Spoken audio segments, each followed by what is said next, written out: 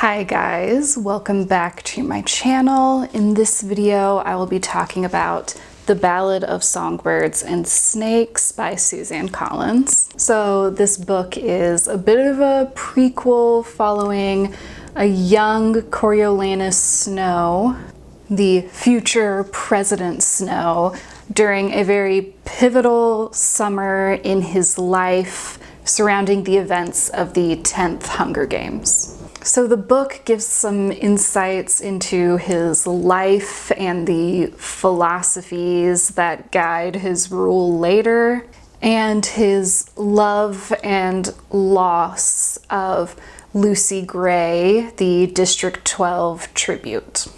And I will say I did see the movie and I did like it a lot. But there are some significant differences, I think largely because this book's really long. It's over 500 pages, so that's a lot to get into one movie. And with a character like Coriolanus who lies a lot and kind of has an outer face that's very different than how he really feels on the inside, having the insight of his narration and his internal monologue, I think is really important. Lucy Gray is not the only performer in this book. So let's talk about how we see Coriolanus in the beginning, which, he's a young man in circumstances that are not so different from Katniss Everdeen when we're first introduced to her. He's another starved child who has lost a lot as a result of the war, and he's kind of laser focused on the survival of himself and his family. And like I observed when I read the first Hunger Games book, he also is very obsessed with food. He gives detailed descriptions of everything he eats. Food is definitely at the top of his mind, but because he's kind of playing this game of trying to seem more well off than he is, he has to present as if food isn't that big of a deal. Slightly different from Katniss. He's someone who can remember when he did have everything, when he had food and had everything he could possibly need or want. So the loss of that hits him a little differently. And again, I think there's this idea that when you're starving and you're focused on just your survival day to day, it's kind of a privilege to have really well thought out morality and philosophy about your life. In the original trilogy, Katniss doesn't join the resistance until she has kind of the time and perspective to consider the long term of her life. And while we see the seeds of Coriolanus's worldview at the beginning, things really start to form when he's a peacekeeper and he has regular square meals every day. So for Coriolanus, his hunger is very tied up with fear, with the fear he had in the instability of the dark days in the war. The solution he sees is that he needs to have control. He needs to have control of as much as possible. Another kind of thematic parallel that I felt between Katniss and Coriolanus is that they both have this kind of moment of realization where they understand that survival for survival's sake is not quite enough. For Katniss, living a life worth living means being with loved ones and having joy and having freedom. For Coriolanus, a life worth living is one in civilization, participating in the advancement of society. It's very tied up in his ambition and his desire for power and success. It doesn't take very long on his little adventure into the woods with Lucy Gray for Coriolanus to think, what's the point of this bleak existence away from the world when I'm this exceptional person who should be doing exceptional things. He is not a character made for the simple life. So something interesting about Coriolanus, he plays a lot close to the chest. He very rarely expresses what he's actually feeling and thinking, because he's kind of calculating in that he wants to be on people's good sides in case he needs them for something. And he's very good at playing that role and is able to get a lot of really good and decent characters to trust him. So while his kind of anti-district prejudices are clear to the reader, they're less clear to a character like Sejanus, who was formerly district, still feels himself to be district, but has now been relocated to the capital, or Lucy Gray, or his more kind of progressive thinking classmates clearly consider Coriolanus to be kind of on their side of that political line. There are very few characters that suspect anything different, and those characters really set him on edge. And a lot of it is tied up with his self-image and the kind of respectability associated with being, you know, in the family Snow. But Coriolanus definitely has a distaste for district people. He's certainly carrying a lot of bitterness and resentment from, you know, the really difficult circumstances he had to face during the war. But he clearly sees district people as being kind of inherently beneath him. And while, you know, this younger version of him balks at some of the cruelty of the games and the capital policies, largely he agrees with the current regime. You know, he's inherited this family legacy where unfortunately they lost everything, and so he's kind of clinging to his sense of nobility and kind of yearning for, you know, the old world, the old way of things. And that was time where he had plenty, he was secure, his family had power, and his superiority was clear. But the rebellion kind of upsets that. You know, the districts were able to hurt the capital. And Coriolanus finds particular offense from Sejanus, who he kind of views as a usurper that's taken everything he should have. Coriolanus, he's a good-bred capital boy.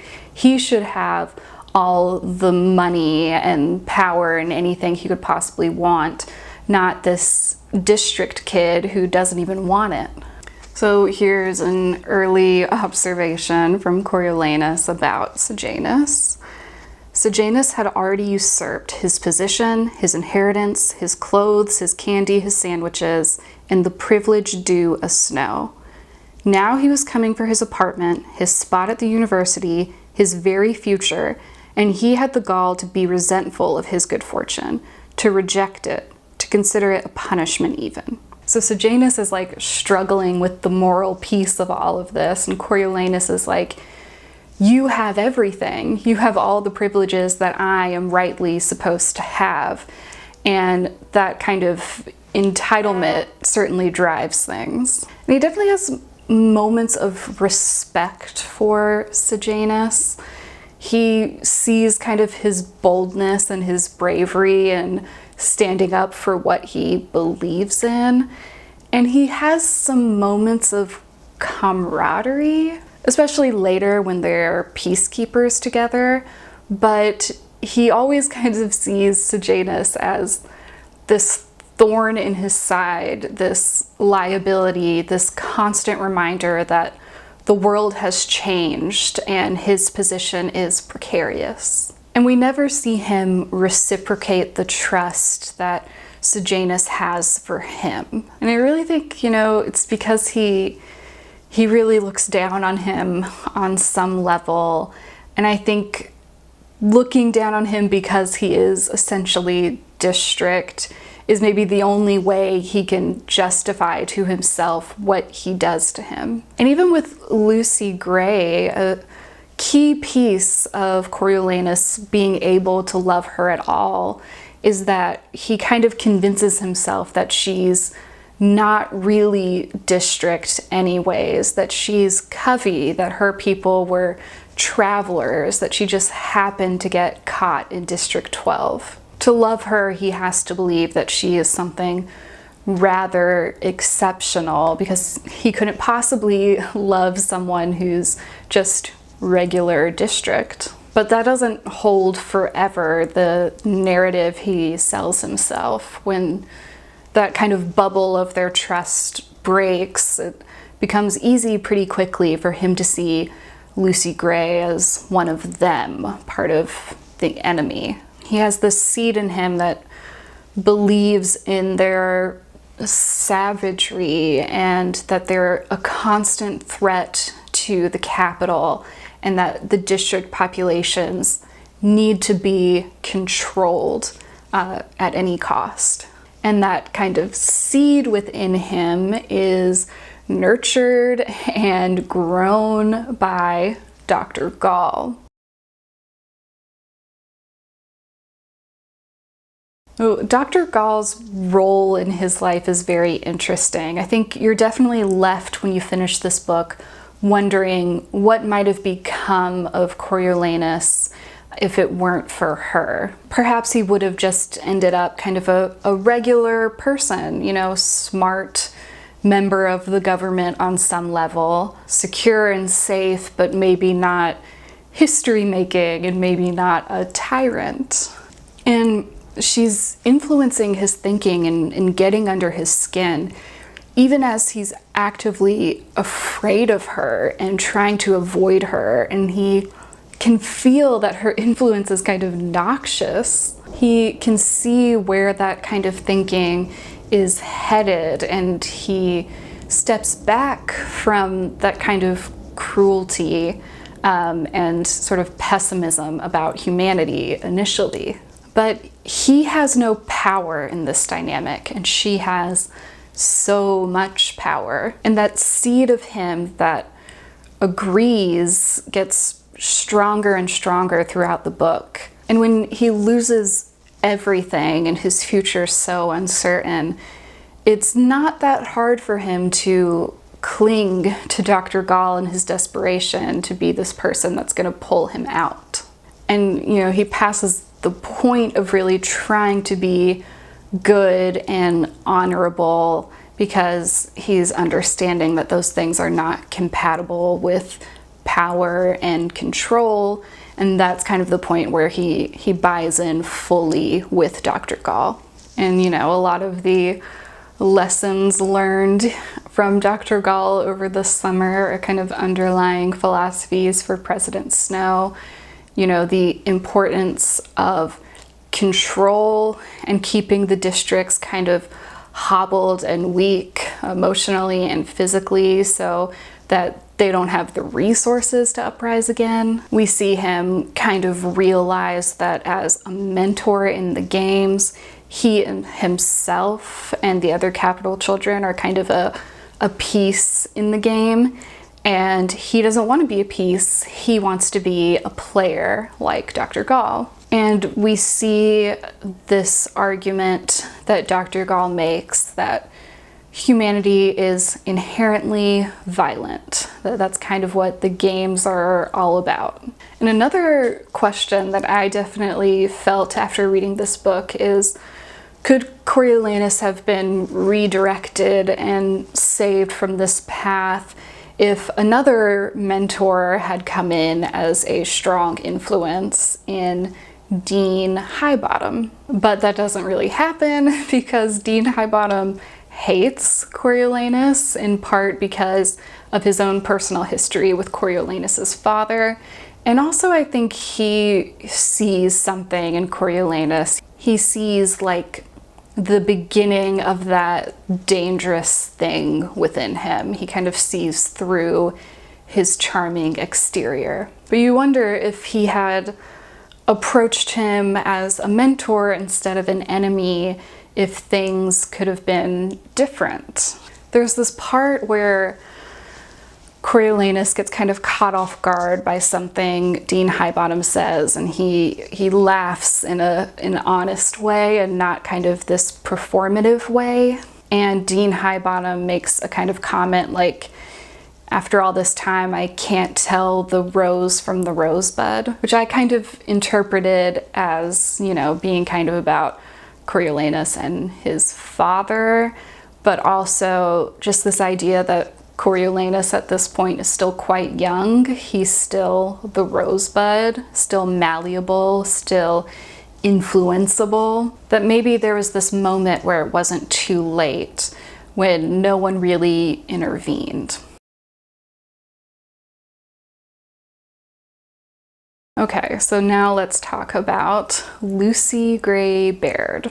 So in this period of time where Coriolanus's future is feeling uncertain and a lot of people are kind of asking him to pick a side to figure out what he believes, he also has the added tumultuousness of meeting Lucy Gray and falling in love with her. So Lucy Gray is the tribute he mentors in the games and the girl he continues a relationship with afterwards when he is a peacekeeper in District 12. And she is a performer, a singer, kind of has a bit of a rebellious spirit, and certainly someone who values her freedom.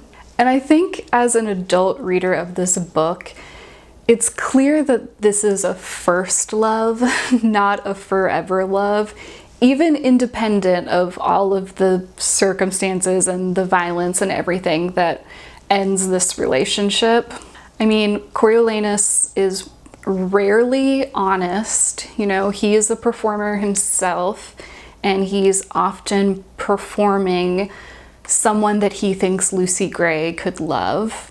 He's quite jealous and insecure in his love for Lucy Gray. And it's very clear that their lives themselves are kind of incompatible. Each of them would have to give up everything they are to kind of join the world of the other.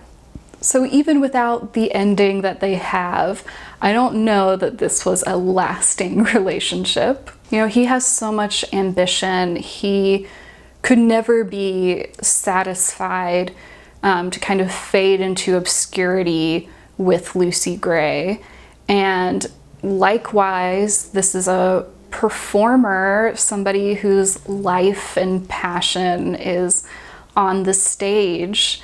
She wouldn't really cut it as a politician's wife. But really the core of all of it, the biggest recurring issue, is that Coriolanus loves Lucy Gray best when she's being controlled, and her essential nature is to be free.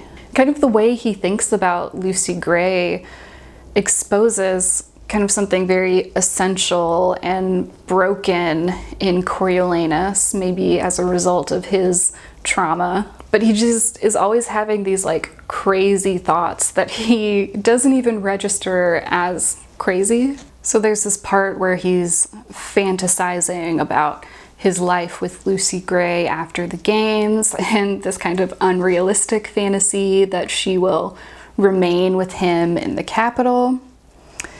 He hadn't worked out all of the details, but the point was he got to keep her, and he wanted to keep her safe and close at hand, admired and admiring, devoted, and entirely unequivocally his.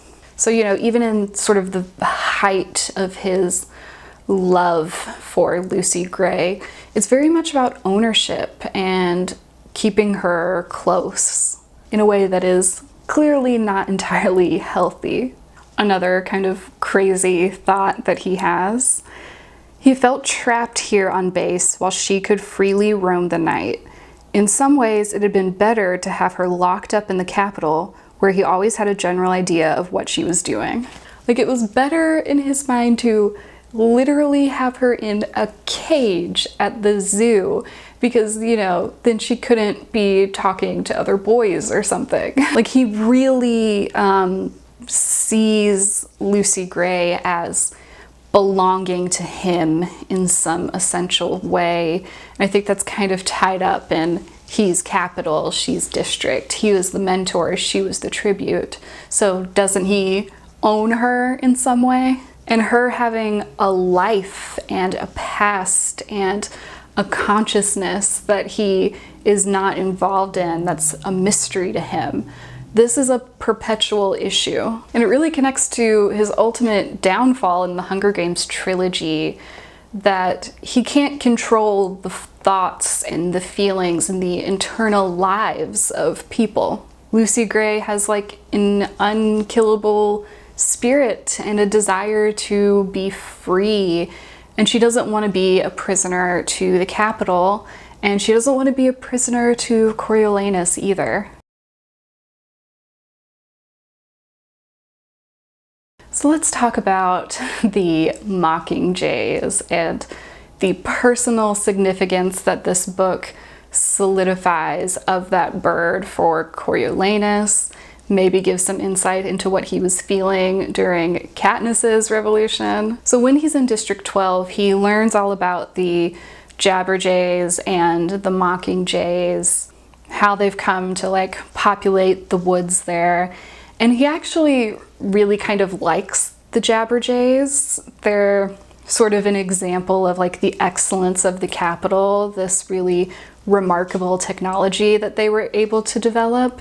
And it's also like a bird that you can literally control with a remote, which definitely suits Coriolanus's way of thinking. There's nothing natural about the jabberjays. They're quite man-made, and the nature kind of taking hold and creating the mockingjays is something that is deeply unsettling to Coriolanus, something that he fears, that he's uncomfortable with. Definitely another reason he was never going to make it living in the woods with Lucy Gray. But he sees, you know, the existence of the mockingjays and the interbreeding of mockingbirds and jabberjays not to be this kind of like beautiful resilience of life, but to be nature run amok outside of the control and approval of the capital system. You know, these birds are free and singing songs that aren't strictly useful for capital purposes, but they're kind of just creating beauty, and they're resisting capture, and they're alive, and are quite an apt metaphor for his songbird, Lucy Gray. You know, from the time of this book to the time of the Hunger Games trilogies, he never could really fully eliminate those mockingjays, and he couldn't eliminate the kind of desire for freedom that they came to represent long before they were even a symbol in this revolution. I don't know, the whole thing kind of feels like the downfall of President Snow was inevitable with or without Katniss, because humanity can't live under those conditions.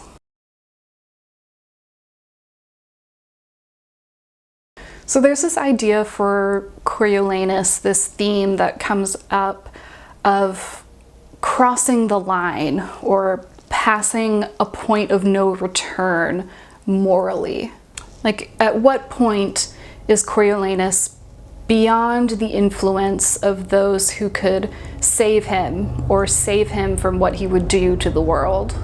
And this is something Coriolanus thinks about. He thinks about if he's crossed a line, if he's past that point.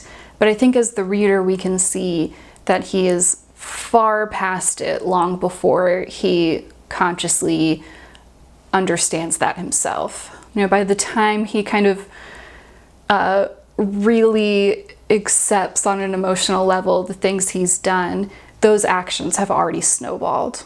And part of the way that he kind of avoids kind of internally facing the accountability for those things is he convinces himself that his actions are to save himself and to save Lucy Gray. She's the prize he wants to keep, and if he comes out on top, if Snow lands on top, right, then maybe none of it really counts, or it wasn't so bad. And when he has these moments, like after the games, when he's like, yeah, I crossed a line. I did some things that were beneath somewhat of my dignity. I cheated, I lied. But he doesn't take that very seriously. He doesn't weigh those feelings above his ambition. You know, even when he has that moment of guilt, his very next thought is like going over to Sejanus's family's house and trying to butter them up because they have money. His guilt over these things is not very consistent, even early on. And he holds on to this view that he's okay and that he's a good person for a long time, largely because Lucy Gray loves him and she trusts him and she believes that he is good and pure, so he must be, right? If she still believes in him, then he can't be that far gone. So, you know, it's kind of an essential issue, an existential issue for Lucy Gray to still trust him. So he can't let her know the truth about what happened to Sejanus, because her not being on his side would mean confronting the reality of everything he's done and how far he's fallen, especially as Lucy Gray is someone who is so optimistic about humanity. And I think the emotional reality of that is why when that trust is broken, when Lucy Gray no longer trusts Coriolanus, he becomes cold to her very quickly. It's almost like a survival tactic. He no longer bothers with guilt or anything Lucy Gray believed or anything he believed about people's essential goodness. It was easy for him to go to Dr. Gall at that point. And afterwards, it's easy for him to promote the continuation of the games, easy for him to kill in cold blood. And there's no need to be honorable or honest, because acting dishonest and acting without honor led to Coriolanus getting everything he ever wanted. His power, success, money, and his control over this world just is growing and growing. So, you know, why would he go back and think about his guilt and whether or not he's a good person?